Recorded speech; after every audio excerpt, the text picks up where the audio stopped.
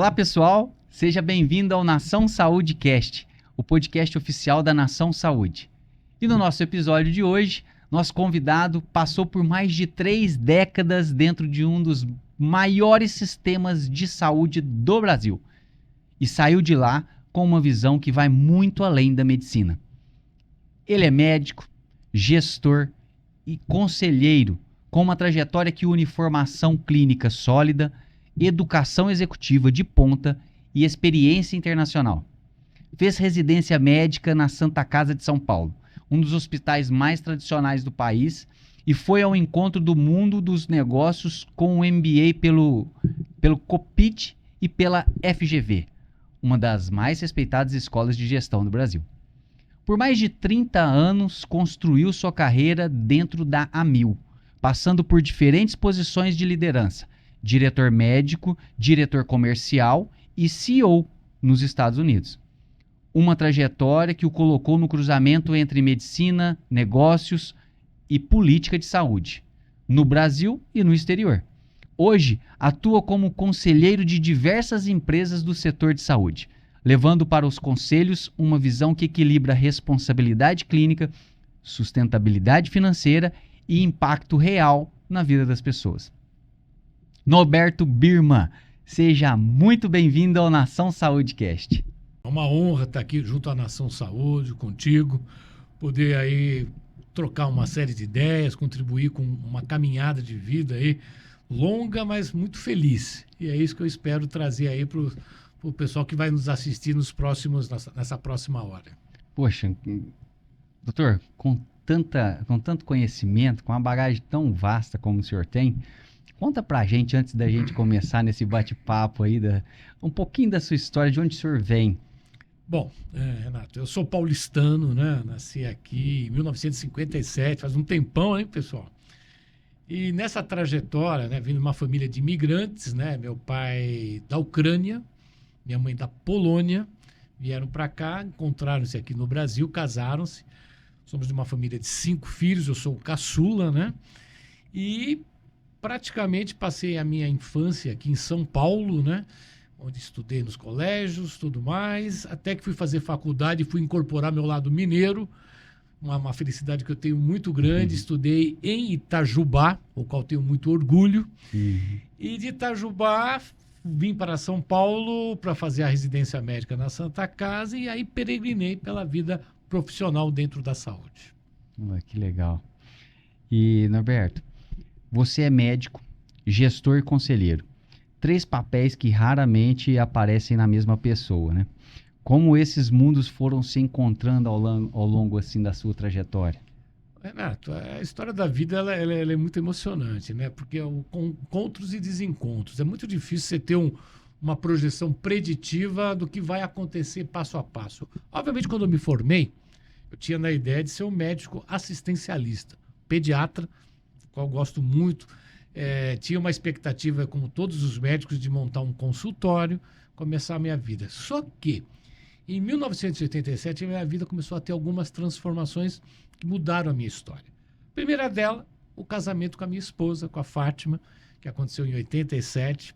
Fruto da ideia do casamento, eu fui procurar um emprego. E na época, Renato, tinha uma empresa vinda do Rio de Janeiro, pequenininha na época, chamada Amil Assistência Médica. E eu fui pedir emprego. Fui lá através de um conhecido me indicou, fui bater na porta, você tinha uma vaga para um médico que era um assistencialista, mas não tinha nenhuma formação em gestão. Agosto de 87. E eu começo a minha carreira na Amil, né? E foi uma descoberta excepcional, né? Onde eu percebi, Renato, que ao invés de eu ter um ambiente restrito a um consultório, eu poderia ter um ambiente de um atendimento muito maior. E foi justamente o que sucedeu. A partir daí, comecei a construir uma carreira que eu não imaginava lá atrás e que eu fui tomando gosto. Foi uma coisa assim, foi um encontro. E, obviamente, para que esse encontro pudesse ser eficiente, produtivo, eu tinha que ter uma formação administrativa. E a Amil me possibilitou fazer uma série de formações ligado aos MBAs que me possibilitou incorporar práticas administrativas, práticas estratégicas tive a oportunidade, Renato, de conhecer os maiores gurus da época, né? E haviam na época, pessoal, alguns eventos, era um pessoal chamado HSM, traziam todos os gurus e a Amil era um dos patrocinadores. E nós tínhamos a oportunidade de fazer uma sessão reservada com esse grupo de super pensadores, filósofos, Philip Kotler, Porter, entre outros, Tom Peters. E com eles a gente pôde aprender e colocar em prática aquilo que nós tínhamos. Isso revestiu ainda mais o meu conhecimento.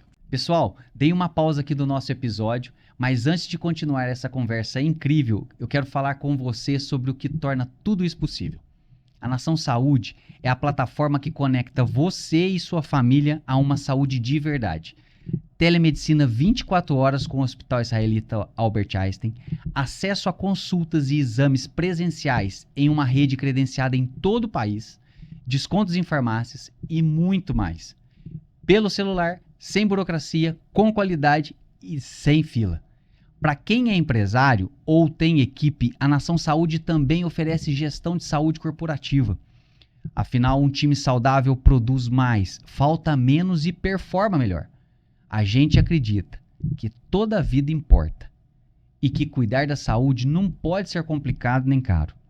Acesse agora naçãosaude.app e descobre o que a Nação Saúde pode fazer por você. O link está na descrição. E agora, de volta ao nosso bate-papo. E você passou mais de 30 anos na Amil, né? Em posições que foram de direção médica até contando com o executivo nos Estados Unidos. O que muda e o que não muda quando você atravessa a porta de gestão, assim, sendo médico? A grande matriz disso tudo, Renato, chama-se aprendizado e humildade para saber aquilo que você não sabe. Eu parti para esse mundo, né, como eu falei, recheado de conhecimentos e querendo conhecer mais, querendo conhecer, né? Então, quando eu estava no Brasil, aqui eu atuei como diretor médico, depois tive a oportunidade de, junto com a Fátima, de montar o projeto do Resgate, que foi uma experiência extraordinária em termos de formação de produto, que eram helicópteros, ambulâncias, foi um boom na época, né? E depois vai para o exterior. No exterior dos Estados Unidos, uma cultura completamente distinta, um sistema complexo em termos de estrutura de saúde suplementar, onde eu fui aprender a entender o que era esse sistema, que me ajudou muito na minha vida futura, quanto do meu retorno para o Brasil. Então, o que mudou foi um novo aprendizado, novas formas e ter justamente a cabeça preparada para as transformações que o mundo vinha vivendo. Nós estávamos saindo de um século XX para um século XXI, com todo um paradoxo que nós vamos falar mais adiante das doenças. E como é que as operadoras de saúde, hospitais, clínicas, poderiam se preparar para fazer a gestão e o gerenciamento de tudo isso? Então, eu acho que eu acabei antecipando um pouco do que estava por vir e pude contribuir para o crescimento da empresa, da própria Amil, onde eu atuava. Interessante porque, assim, você atuou como CEO nos Estados Unidos, né? Foi. E CEO da Amil nos Estados Unidos. Quando você assume um papel desse, você precisa estar preparado para ele, né? Então, você se preparou para poder ser CEO, né? Sem dúvida. Eu acredito muito que é sempre assim, você não assume um cargo que você não é, né? Primeiro você é, depois você é reconhecido pelo cargo, né? Ou pelo título. E o que essa experiência internacional muda na forma como a cultura é diferente? O que você pode trazer assim como o ponto mais relevante dessa experiência que você teve lá, aqui para o Brasil, aqui para essa cultura nossa? Eu acho que é um mix, tá? Eu acho que tem de vida pessoal, o fato de ser fora, fui com a minha mulher, meu filho era pequenininho, meu filho foi com 5 anos, voltou com 11. Primeiro tem um reforço familiar, né? Você tem que estar muito bem posicionado enquanto família. Isso para mim é a base da minha vida até hoje. Segundo, do ponto de vista profissional, o mercado americano é um dos mercados mais competitivos do mundo. Hoje, ontem, hoje e amanhã. É extremamente competitivo. Então, se você quer competir em qualquer mercado, você tem que o tempo todo estar buscando as suas vantagens competitivas, minimizando as suas fragilidades, maximizando as as suas coisas maiores. E isso foi um dos grandes aprendizados que eu tive, é entender que o mundo é extremamente competitivo, no Brasil, na Índia, na China, nos Estados Unidos, só que o americano tem isso de uma forma muito enraizada. E isso é um dos elementos que a gente trouxe para cá, para o tempo todo, em qualquer atividade que eu estou envolvido hoje, você olhar para o mercado, observar a curva de tendência, aprimorar o que você tem que ser, o que deve ser aprimorado e, principalmente aquilo que eu comentei um pouco antes, aplicar aquilo que é factível e ser autocrítico com você mesmo. Se as coisas não estão indo bem, dá um passo atrás e retoma os seus caminhos. A gente estava até conversando antes da gente iniciar a gravação aqui sobre por que as pessoas não têm assim essa mentalidade de realmente colocar em prática a saúde, né? Por que as pessoas não gostam de comprar saúde, né? Eu queria que você trouxesse essa visão, né, que você trouxe aqui agora há pouco, assim, para os nossos ouvintes aqui. Como é que você enxerga desse cenário todo? É muito curioso, pessoal. Eu estava falando para o Renato que a saúde tem uma coisa interessante, né? A saúde não tem preço, não é verdade? Mas tem custo. E nós todos sabemos disso tudo, né? Mas a cultura, de uma forma geral, de a gente se cuidar, de se preservar, de estar de bem com a gente mesmo, todo mundo sabe quanto é relevante isso tudo. Mas gastar ou investir dinheiro não numa coisa assim para ficar mais bonito, o Renato, que é um grande dentista, deixar os dentes mais bonitos, que mexe com a nossa autoestima, uma dermatologia estética que deixa a gente mais bonito, faz isso, implante de cabelo, tudo isso você percebe como valor, mas tratar as doenças são doloridas. E você fala, puxa vida, eu vou no médico cardiologista, ele vai falar que eu tenho um problema no coração, olha que coisa mais chata. Eu vou no gastroenterologista, ele vai falar que eu posso até estar com câncer. Eu vou no reumatologista, eu estou com artrose. Eu vou no pneumologista, ele vai falar que eu estou com problema nos pulmões. Então, isso não dá prazer. Então, esse entendimento da gente ter uma área assim, de prevenção, de promoção de saúde, isso é muito difícil em qualquer cultura. Por mais que eu gosto de viajar, eu viajo pelo mundo todo, mesmo os locais mais distintos, com culturas até de outras esferas religiosas, as pessoas não gostam de investir em si mesma. E eu acho que esse é um trabalho de aculturamento que tanto operadores de saúde, hospitais, a sociedade como um todo vem buscando. Hoje se fala mais em bem-estar, né? Porque saúde, o que é, né? É o bem-estar físico, mental, social e espiritual. E essa busca a gente tem que começar desde cedo, para poder chegar mais tarde com uma reserva de saúde preparada para viver uma outra fase dos 50 a mais e dos 60 a mais. Muito bom. E nós estamos agora chegando num momento de mudança, né? Sobre a taxa de natalidade e como que fica a questão, né, para o nosso país. Você tem uma análise mais macro disso? Explica para a gente essa visão de diferença do número de natalidades para o número de idosos no país, a produtividade. Como é que você enxerga tudo isso aí? Nós vamos ter um desafio, já estamos vivendo um desafio muito grande. O que aconteceu, Renato? A Europa foi envelhecendo ao longo de 120 anos. Foi um processo lento. Hoje, a concentração de pessoas a mais de 60, 70 anos é bem elevada. Isso foi acontecendo de forma gradual. O Brasil está correndo de forma muito rápida. Eu comentei um pouco antes para o Renato que agora, daqui quase 3 anos, nós vamos ter a concentração de pessoas acima de 60 anos vai ser maior do que as pessoas entre 0 e 15 anos. Qual é a consequência disso? É o que se fala do bônus demográfico. Pessoas com 60 anos ou mais, como é que a geração produtiva, que é 16 até os 59 anos, reduzindo um pouco. Quais são as preocupações que se tem? São várias, né? Primeiro, no aspecto produtivo, menos gente produzindo.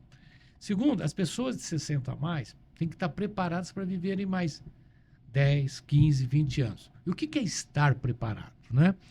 Primeiro, cuidando da parte física, a fase estrutural, a fase mental.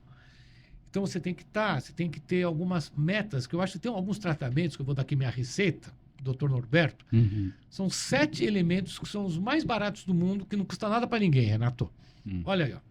Ter uma dieta equilibrada, tá certo? Se hidratar. Tem que se hidratar. E quando a gente vai ficando mais velho, tudo vai perdendo a funcionalidade. Então, a gente tem que se hidratar, né? Tomar um pouco de sol. Mais do que o normal. 2 litros, porque a gente vai perdendo.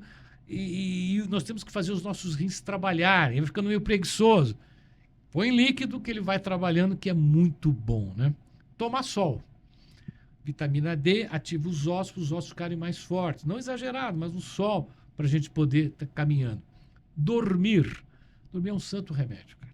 É um remédio que desintoxica, dá um equilíbrio hormonal, tem aquele ciclo noite e dia, que a gente chama de ciclo circadiano. Isso é excepcional, né? Atividade física. Pequena, moderada, mas façam. Pratiquem algo. É bom para o corpo, é bom para a circulação, é bom para o coração, é bom para os ossos. E tem as 2 que são os bônus. Você já percorreu os 5, tá? Tá. O que é o quinto? É a fé. Qualquer que seja a tua fé, Renato. Vá, pratique, vá aos cultos.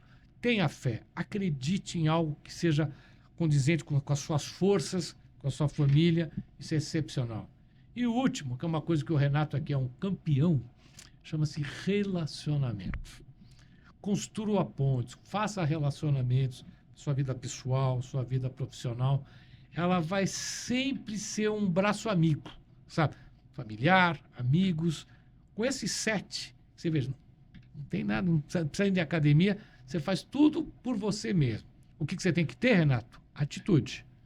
Tem essa atitude, você tem uma perspectiva de ter uma vida longa e principalmente feliz.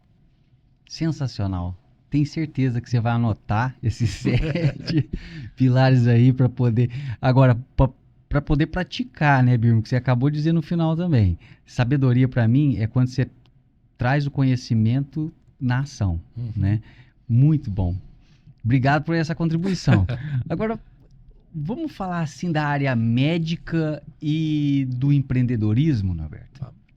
Olha só, a gente fiz gestão de clínica médica de 7 anos, tenho médicos na família, acompanho toda essa área. E a gente enxerga que as pessoas assim da área médica dedicam um longo tempo de estudo. E depois, um longo tempo de trabalho árduo. E muitos se perdem nesse caminho sem essa prevenção. E tudo que constrói, né, de patrimônio, tudo, até no final de sua vida, às vezes tem que investir para corrigir aquilo que não preveniu, né? Como é que você enxerga isso nessa área sua? Assim, nos colegas em volta, e como é que você faz para não cair nesse mesmo caminho? O que eu vejo, Renato, é o seguinte, né? A vida é uma passagem, né? E ela passa muito rápida, viu, pessoal?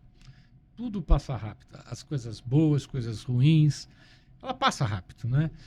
Seja na vida médica, na vida de qualquer outro profissional, de outras áreas, ela passa rápido. Então, a gente, às vezes, não temos discernimento para acompanhar quão rápido ela passa, né?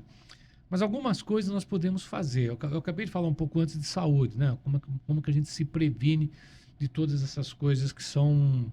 o que não é bom, né? E tem um outro lado, como a vida passa rápido, que a gente tem que se prevenir, que é a chamada reserva financeira. E você tem que começar lá atrás, a guardar um dinheirinho, guardar o que for possível guardar, não gastar mais do que você tem e se preparando. Por quê? Porque quando você chegar nessa fase, a própria aposentadoria não vai te dar o recurso suficiente para você viver a vida. E você tem que fazer uma reserva. Reserva para poder, talvez, ajudar teu filho, talvez ajudar teu neto. E aí a fórmula mais... A equação é simples. A execução é que cabe, como tudo na vida, né? Tem até um livro muito bacana, viu, Renato, que eu recomendo para quem está na área administrativa, chamado Execução. É um livro do Ron Charan, que é bárbaro, porque ele vai para a prática do que a gente tem que fazer para fazer a gestão das empresas e da nossa vida também. Porque às vezes a gente fala do outro e a gente não olha para o nosso umbigo. O que eu tenho que fazer? Se eu ganho X, é óbvio que tem momentos da vida difíceis, a a gente tem que ajudar as pessoas, tem que ter esse lado altruísmo, né? Que a gente fala de colaborar com a vida das pessoas. Mas na medida do possível, é se reservar, se guardar. E na medida do possível, que obviamente a gente sabe onde é que está o sapato de cada, a pedra no sapato de cada um, não temos nem o direito de oferir. Mas dentro da possibilidade, vou fazer um exemplo da minha história, né? Eu, quando saí, eu dava muito plantão, Renato. Eu dava muito plantão. Quando eu e minha mulher casamos em 1987, juntos nós tínhamos 12 empregos. 7, 5. 12 empregos? 12. Eram plantões. O médico consegue fazer isso, consegue ter outras fontes de renda. E o que a gente fazia com o nosso recurso? Uma parte a gente guardava. Uma vida simples. Até hoje, hoje a gente pode se dar o luxo de algumas coisas que nós não dávamos há 40 anos atrás, mas a gente fazia isso.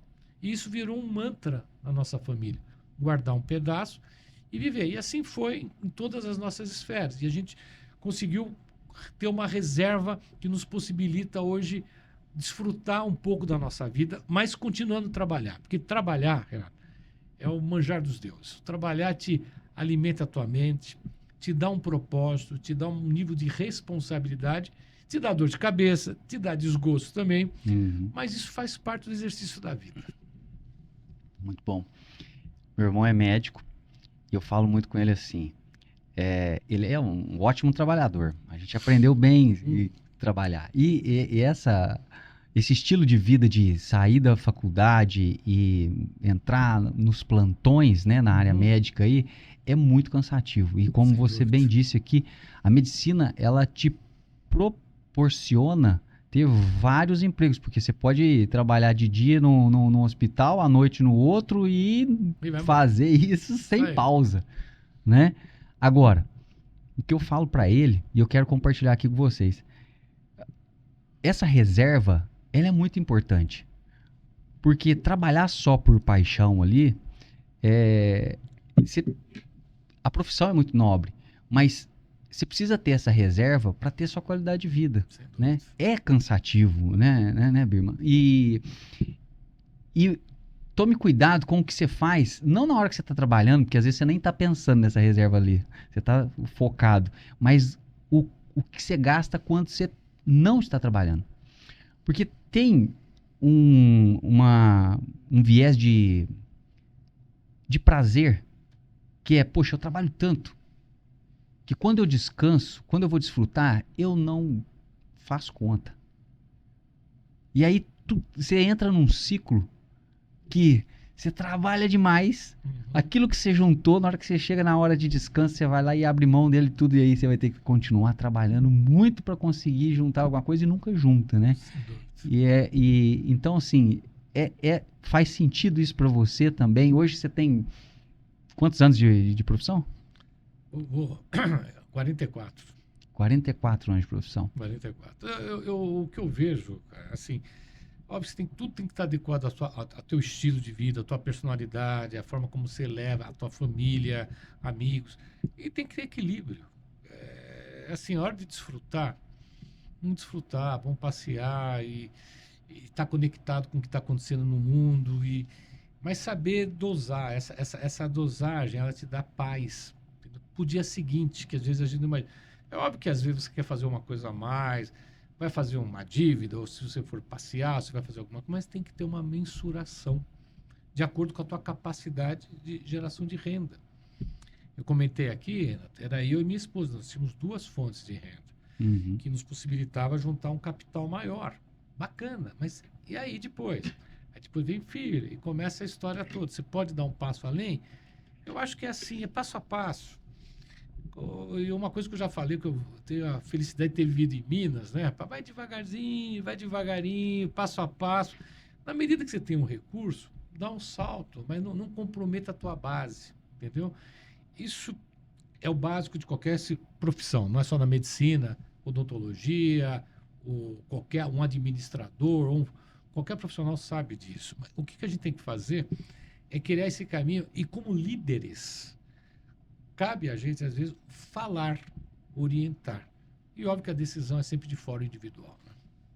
Sim. Vou aproveitar essa oportunidade, deixa aqui um recado para aquele estudante que está ou em Minas, ou em qualquer outro lugar ali, começando tendo essa jornada, que você teve essa experiência de estudar, formar ali, que ele poderia aproveitar mais ali, que vai trazer depois, na hora que ele for para, depois que se formar, vai aproveitar muito no dia a dia? Eu acho que primeiro, não, eu acho que primeiro você tem que aprender, né? Aprender como qualquer profissional, né? Você tem que aprender, se dedicar ao máximo, buscar, na medicina, tem uma coisa que eu acho básica, que é o ato de servir, né? E essa é a essência da medicina. Em qualquer nível você está atendendo, onde quer que você esteja atendendo, setor público, setor privado, primeiro é isso, é estar consciente que o teu papel enquanto profissional da saúde é a dedicação, é o ato de servir. E é isso. Muito bem. Uma vez você entendendo isso, se dedicar a trabalhar de acordo com o teu momento de vida. Estuda, eu vou dar um exemplo assim, do que nós estamos falando, né? Na época que eu estava na residência, eu arrumei um emprego, que era um emprego até relativamente tranquilo em termos de volume e demanda. Talvez você não conheça, Renato, há muitos anos atrás teve um parque aqui em São Paulo chamado Play Center. Isso. Pois é, eu era médico do Play Center. Eu entrava lá de sábado, ficava sábado e domingo. Era um emprego mais tranquilo, mas eu conseguia estudar, trabalhava e estudava. Trabalhava porque eu não tinha um volume de atendimento muito grande, porque a minha prioridade era estudar. Eu tinha que me preparar para chegar numa outra etapa. Da mesma forma, quando eu fiz o MBA, eu tinha que me preparar. Então, essas duplas funções, né? Estudar, trabalhar, isso foi que me possibilitou chegar preparado. A oportunidade, às vezes não vem na hora que a gente quer, né? Mas quando chegar, como você falou até de CEO, você está preparado? Você tem um embasamento bom, está fortalecido intelectualmente, quanto ao conhecimento, emocionalmente, um pouco mais maduro, para enfrentar o que vem depois. Então, a minha recomendação é prepare-se, fortaleça você enquanto profissional, enquanto alguém que quer buscar algo maior e, a partir daí, as coisas vão acontecer. Tem uma coisa que eu aprendi muito bacana, Renato, na administração, que é a árvore das decisões. É um tronco com os seus ramos, os problemas vão acontecendo. Você vai tendo que discernir, né, a estrada, para onde que você vai. Vou para Maria da Fé, vou para Santa Rita do Sapucaí, vou aqui para Carapicuíba. Eu vou achando meus caminhos e vou me preparando. Prepare-se. Acho que é a recomendação que eu deixo para a turma mais jovem. Esteja preparado. Nunca desista de aprender. Para isso, eles precisam enfrentar alguns desafios, né, Birman? Isso ajuda. Ajuda. Você tem que estar preparado. Eu acho que vai enfrentar. E os desafios, eles vão mudar de fase da tua vida. Aos 20, um desafio. Aos 25, aos 30, aos 35, vão surgindo novos, né? Que isso é o ciclo da vida, né? Alguns bacanas, outros difíceis, alguns sofríveis. E a gente vai ter, né, tal qual aquela grande cantora, né? Que fazia as músicas de tristeza, de fossa, né, de sofrência. A gente vai ter tudo isso na nossa caminhada da vida. Sim. E hoje a gente, numa análise de saúde, nesse momento atual que a gente vive hoje, a gente enxerga como um grande problema a saúde mental. Vem demonstrando isso, né? Para a gente entrar um pouco nisso, sei que você tem um conhecimento muito vasto nisso também. E agora com a NR1, até gostaria que você deixasse um conselho aqui para o empresário que está buscando se adequar, entrar nesse... O que é a NR1, o que ele precisa ficar antenado ali, né? E esse cenário de saúde mental, que já não é de hoje, né? Mas que vem sendo cada vez mais preocupante, né? O século XXI está marcado pelo quadro da saúde mental. O que não vamos falar na parte empresarial, mas já vem acontecendo na sociedade. Eu até perguntei para o Renato um pouco antes, falei, vocês todos aí, se vocês não tomam remédio para depressão ou para ansiedade, alguém do seu lado certamente toma, né? E isso foi uma marca registrada que com a Covid, Renato, isso ganhou um corpo mais forte. Foi um grito de alerta, foi que a gente chama de um trigger, né, que disparou a história e explodiu dentro das casas. As famílias não estavam preparadas para viver juntas, tão próximas, e dentro das empresas, né? E é uma realidade. A NR1, na verdade, se a gente voltar um pouco na história, né, as primeiras NR ela foi implantada no final da década de 70, né? São as normas regulamentadoras, né? O que era isso? As empresas deixaram de ser uma coisa assim passiva, com tudo que acontecia dentro do ambiente de uma empresa, para ter uma ação mais proativa em termos de promoção e proteção à saúde. Por quê? Porque hoje está mais do que claro. Uma empresa ter uma empresa eficiente, além do tudo que estratégico, ela precisa das pessoas para executarem. E pessoas saudáveis, física e mentalmente, espiritualmente, são pessoas mais produtivas. E na época, Renato, havia 5 elementos bem claros que fazia parte até do estudo da medicina do trabalho, né? Que eram aspectos físicos, químicos, biológicos, os físicos, os acidentes, e o ergonômico. O que aconteceu no finalzinho do ano? Fizeram uma vírgula e colocaram o psicossocial, tá certo? E o que ele se pede, na verdade? É como você ter um inventário de riscos. O que é isso? Puxa, igual uma anamnese que se faz, né? Você tem que avaliar o que está acontecendo na empresa, classificar, propor algumas ações, monitorar e olhar. E o que o governo propõe é que haja esse inventário, um monitoramento, que se chama o Programa de Gerenciamento de Risco, que nas grandes empresas virou um instrumento que, a partir de 26 de maio, é obrigatório que se tenha isso tudo. Quem sai ganhando, quem sai perdendo? Todo mundo sai ganhando. Por quê? Você tem 3 riscos normais numa empresa, né? Você tem um risco regulatório pela atividade em si. Você tem um risco operacional, que as pessoas estão de corpo presente, mas não estão trabalhando. É o falso presenteísmo. E as pessoas têm que estar de corpo e alma, né, trabalhando. Terceiro, o risco financeiro. Porque na medida que a empresa deixa de produzir, a arrecadação diminui, performance diminui, consequentemente a empresa pode entrar num nível de colapso financeiro e até fechar as portas e perder emprego. Portanto, isso é uma coisa que vem para ficar. Há uma expectativa de mudar até a data, mas eu acho que as empresas já podem se mobilizar. A responsabilidade é muito grande. Eu lembro, na época do Covid, eu dei algumas palestras, e eu comentava, né, que a função não está restrita aos recursos humanos. Alguém que não está... Eu fazia uma analogia com a pediatria, pessoal. Você tem o teu filho, ele está brincando legal, de repente ele para de brincar. Fala, ué, o que aconteceu? A espoleta deixou de ser espoleta. O que está acontecendo? Tem que ficar atento. Sim. O colaborador é a mesma coisa. Aquele colaborador que tem um estilo, está estranho. Alguma coisa tem. Às vezes porque tem uma dívida, às vezes porque tem um problema familiar, ou às vezes porque tem um problema individual. E o que se propõe é isso tudo. No caso das pequenas empresas, não há necessidade de ter um programa de gerenciamento de risco. Você tem que ter o que se chama de o AIP, Atividade Ergonômica Preliminar. Tem que ter um mapeamento, um gerenciamento de risco. E o que se pede?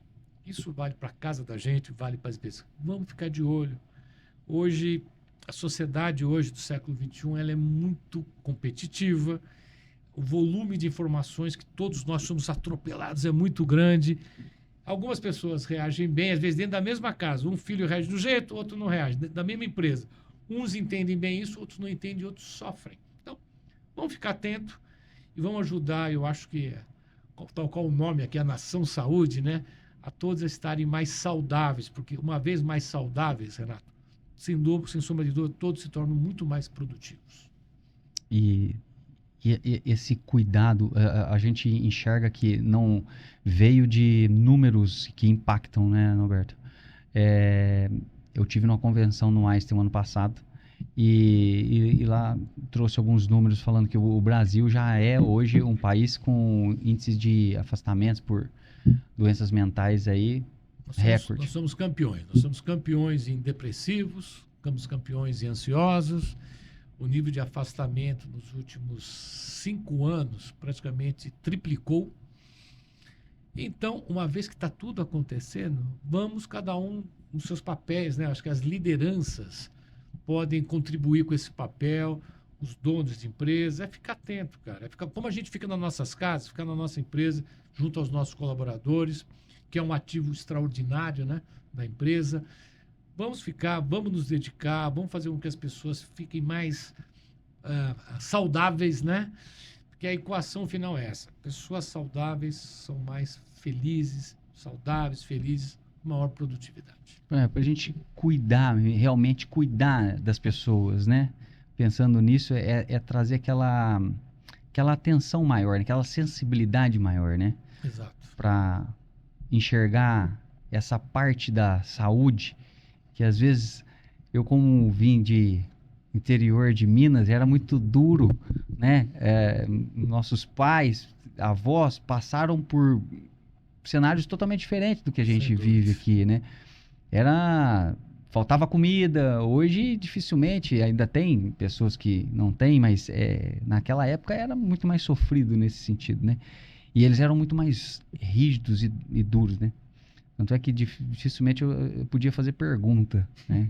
Só na base do olhar a resposta também vinha sem falar muita coisa, né? Sem muitas palavras. Então esse cuidado hoje realmente é importante e necessário, né, Roberto? A Nação Saúde, ela tem esse papel de levar esse acesso, mas como bem esclarecido aqui, bem claro nas comunicações que a gente tem aqui do Birman, que deixa muito, muito confortável de dizer que não é só o acesso. A transformação, ela precisa vir das pessoas em utilizar a informação, utilizar o acesso e através da ação, né, Norberto? E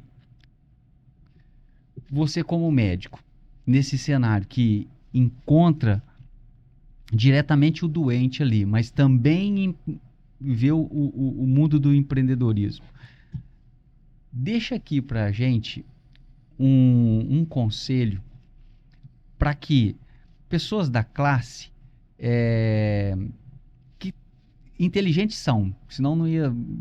Mas deixa um conselho para eles de ter uma jornada com tanta experiência que você tem. Eu gostaria muito de ouvir se eu estivesse fazendo medicina ou fazendo qualquer curso da área da saúde. Como dosar isso e em qual momento utilizar aquela análise assim, que todo empreendedor, ele começa com muito esforço, porque depende muito dele, ele está muito no operacional, no tático estratégico, ele faz isso tudo. Para a gente passar a empreender, a ter mais tempo o médico, ele pode fazer isso também. Tem alguns caminhos que ele pode, se não empreender, investir. Que conselho que você deixa para um médico ter a mente tranquila, fluida e uma reserva financeira ali que também ajuda nessa saúde mental dele? Renato, óbvio que é uma pergunta difícil, bem elaborada. Qual é a fórmula, a sugestão? É difícil eu te responder. Vou falar alguns caminhos, né? Porque tem que acontecer de acordo com o teu espírito, com o teu comportamento. Você tem espírito empreendedor, o teu amigo não tem. Então, você tem que perceber se você está propenso, isso te faz bem correr risco. Para algumas pessoas, o risco é uma coisa terrível. Então, eu prefiro ter um emprego. E não tem problema nenhum. Então, a primeira definição é essa definição, puxa vida, eu estou propenso a isso ou não?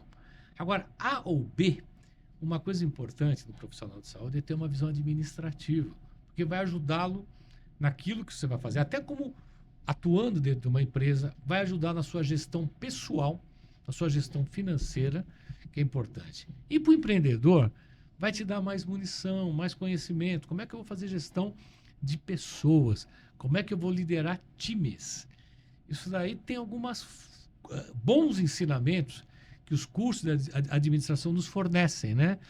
Eu comentei lá atrás, quando você me perguntou, puxa, o que eu imaginava lá atrás? Eu não tinha formação, minha formação era médica. Eu aprendi. Então, o que eu recomendo, se tivesse falar assim, aprenda esse outro lado, ao lado da gestão, que a gente sai da faculdade despreparado para esse outro lado. Aprenda. Tem alguns cursos assim, para não financeiros, que vão te dar informação, como você gerir a tua clínica, se você é dono de um consultório, como gerir o teu serviço, como gerir a tua própria vida pessoal, as suas despesas, seus custos. É assim, é aprendizado. E aprendizado bom é aquele que fica para você vai aplicar e vai te trazer ganhos, talvez que você nem imagine, futuros e no presente, no controle e na gestão das suas despesas pessoais. Muito bom. É difícil ouvir isso de médico, Mas com a sua experiência, é claro que a gente vai ouvir aqui. Porque quando a gente enxerga muitos relacionamentos, né? E grande ponto de conflitos entre relacionamentos é a parte financeira. Ela é realmente difícil de encarar, né? Quando você não tem essa gestão. Então, para um profissional que tem essa parte da saúde tão de propósito ali, a importância dele conhecer essa área administrativa é fundamental, né, Birman? Sem dúvida. Não, eu acho que esses são os pontos, Renato. Eu acho que, óbvio que tem N caminhos, mais uma vez, isso tem que estar atrelado à tua forma de ser, Sim. à tua personalidade, as tuas ambições, os seus propósitos de vida. Eu acho que é um casamento, às vezes, com quem você está do lado, se você tem um sócio, é um entrelaçamento de interesses, né? Mas cujo principal objetivo é falar, puxa, isso aqui é para a gente sair do outro lado, ser bem-sucedido, ter espírito autocrítica para saber aquilo que você não sabe, ter alguém do teu lado que possa orientá-lo, ter uma pessoa que te dá um suporte, porque nós não somos uma ilha, e essa é a humildade de saber as suas fragilidades para poder ter alguém do teu lado que te ajude a encontrar respostas, né? E pessoas que sejam leais, né? Que tenham a seriedade de te propor caminhos que vão deixar você melhor nas suas ambições profissionais e outros caminhos até que você queira investir fora do contexto da medicina. Nós estávamos falando aqui um pouco antes de cafeicultura e outros caminhos mais. Ótimo. Mas, fundamentalmente, eu acho que a palavra que eu quero encontrar, eu acho que agora encontrei, é a palavra chamada foco. Foco, dedicação, disciplina para ir atrás dos teus caminhos, dos teus sonhos. Isso é crucial, cara. Se não tiver foco, se você tentar fazer 30 coisas ao mesmo tempo, dificilmente elas vão se concretizar. Defina, escolha o teu caminho, lute por ele, prepare-se, engaje-se com pessoas que vão compartilhar teus sonhos. Você pode ser uma pessoa extremamente bem-sucedida que vai ter um sentido de realização muito grande. Muito bom. Tecnologia na medicina. Como é que você enxerga a IA chegando aí agora? Excepcional. A tecnologia no mundo inteiro, né? Acho que na medicina a inteligência artificial ela está aí, ela veio para ficar, ela vai ajudar em todo o espectro. A gente tem que, obviamente, discernir, né? Eu acho que nada vai substituir o valor humano. O cheiro de uma pessoa, o médico vai ter que sentir cheiro, que as doenças têm cheiro, mas ela vai contribuir na parte diagnóstica, na parte terapêutica. Ela é uma das ferramentas que vão nos ajudar a falar um pouco, nós falamos, a viver melhor, porque ela vai dar caminhos, o encontro de diagnósticos diferenciais, a parte medicamentosa, que vai nos possibilitar ver outros medicamentos que não, o entrelaçamento deles não nos cause nenhum mal, e dar uma vida futura. Então, a IA veio para ficar e ela vai ficar muito bem em várias áreas da medicina. E ela é crucial para que, não só na medicina, em todas as áreas, mas eu acho que na medicina ela vai ser já está, não vai ser, não, ela já é um fenômeno real, positivo, e que a sociedade vai agradecer muito pelo surgimento dela. Mais uma vez, com discernimento. A gente tem que discernir, porque você que usa IA, vários sistemas, você tem que saber perguntar, tem que saber fazer o engajamento disso tudo. Mas ela vem em alguns locais, Renato, por exemplo, já estão usando as relações médico-paciente, estão gravando as conversas em IA, ou seja, o médico tem mais tempo de se dedicar, olhar no paciente, examinar, que é crucial examinar, fazer uma ausculta, palpar para perceber alguma coisa diferente e, obviamente, depois disso, ter aí um fechamento diagnóstico importante ou o pleito de alguns exames para confirmar aquilo que é o diagnóstico preliminar pela história. Pelo exame clínico já deu os bons sinais. Muito bom. Estamos chegando no final do nosso bate-papo aqui e eu gostaria que você completasse essa frase aqui para mim, Norberto. Toda vida importa e cuidar da saúde é? Fundamental. Norberto, como é que faz aí para as pessoas conhecer você mais? Aí tem alguma rede social? Você está ativo, né? Eu tô na rede social, tô nos apps, eu compartilho aí com o Renato, mas estou muito feliz de estar aqui. Obrigado a vocês que vão estar compartilhando conosco esse bate-papo que tivemos. Espero ter contribuído aí com algumas percepções, com alguns pensamentos Só saiba uma coisa, os pensamentos, tudo que eu externei, eu pratico. Não é só uma retórica. Isso faz da minha vida assim, um ser humano feliz, realizado dentro do âmbito familiar e profissional, mas que continuo buscando mais coisas. Viu? Eu tenho aí o prazer de continuar ajudando as empresas pelas quais eu faço parte do conselho, ajudando os amigos, dando uma série de sugestões, podendo almejar aquilo que eu acho que é a essência pela qual eu me tornei um ser humano mais feliz, né? Que é contribuindo, gerando um compartilhamento de conhecimentos e de coisas positivas e uma coisa importante que eu não citei antes, sempre com um lado de bom humor. Quem me conhece, pessoal, acha até que é exagerado, mas não é não. Eu acho que isso me deixou um ser humano mais tranquilo e pronto para outras jornadas. Então, obrigado, Renato, felicidades, que a Nação Saúde continue ganhando aí, sendo uma nação aí, e que a nação, enquanto os 210 milhões de brasileiros, construindo aí um país melhor, mais feliz, e que a gente tenha muita felicidade e orgulho de nascer aqui e fazer parte da nação brasileira. Obrigado, Renato. Eu que agradeço a sua presença, essa contribuição. Se nesse bate-papo te mostrou que gestão de operação é gestão de pessoas e que nenhum negócio escala com o dono adoecido, talvez seja a hora de você colocar na lista das suas prioridades. A Nação Saúde oferece acesso à telemedicina, rede credenciada e muito mais, porque um líder que cuida da saúde constrói equipes mais fortes. Acesse agora aí naçãosaude.app e descubra o que a plataforma pode fazer por você e pela sua equipe. E se esse episódio fez sentido, manda para aquele empresário que você conhece que ainda está adiando o autocuidado. Toda operação começa em uma decisão. Espero você no próximo episódio. Até mais.